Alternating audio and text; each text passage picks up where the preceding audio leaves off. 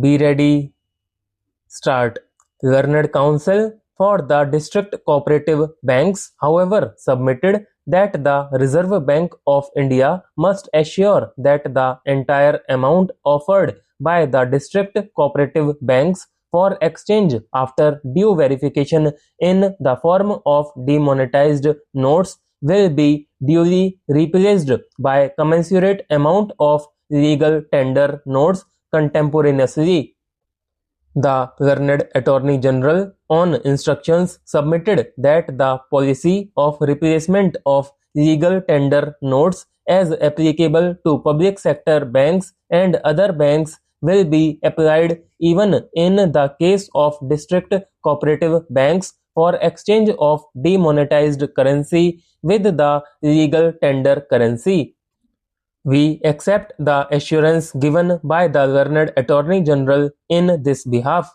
The other broad point was about extending the time limit for exemption for use of demonetized currency notes of rupees 500 and rupees 1000 at specified counters as per the relevant notifications issued in that behalf by the Reserve Bank of India. It was contended that the exemption period provided in the concerned notification is expiring. Hence, it will not be possible to deposit the demonetized notes at specified counters thereafter, even in case of emergency situation like hospitalization, travel by railway or air, etc.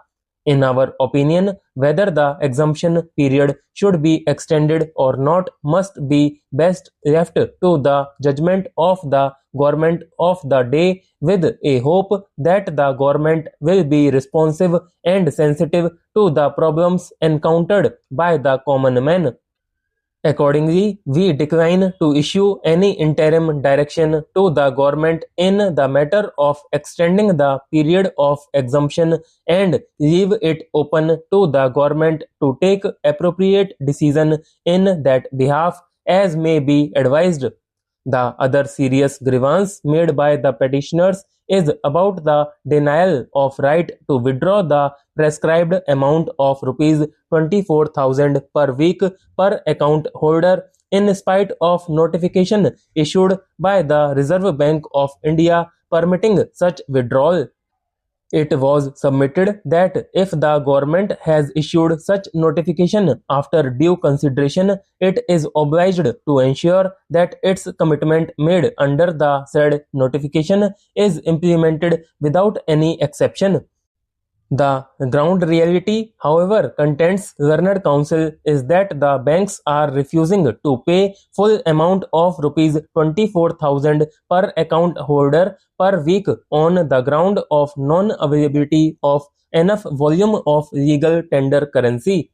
According to the learned Attorney General, the government has already made it amply clear that it would take around 50 days time to streamline the cash flow. That period is still not exhausted. He submits that as of now, the Reserve Bank of India has been able to infuse around rupees 5 lakh of the new legal tender notes in the form of rupees 500 and rupees 2000. That is almost over 40% of the amount of demonetized notes already deposited with the banks.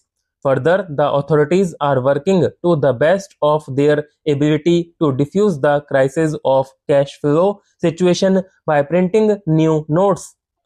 It is further submitted that for the nature of the decision taken by the government to unearth the black money or unaccounted money and to dry up the terror fund and defeat the attempt of circulation of large-scale counterfeit currency, maintaining complete secrecy of such a decision was imperative.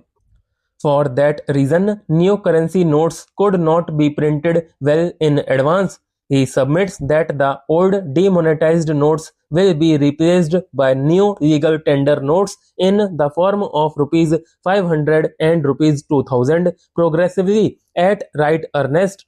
Considering the stand taken by the learned Attorney General, we may command to the authorities to fulfill their commitments made in terms of the stated notification, permitting withdrawal of rupees 24,000 per account holder of the bank per week to the extent possible, and review that decision periodically and take necessary corrective measures in that behalf.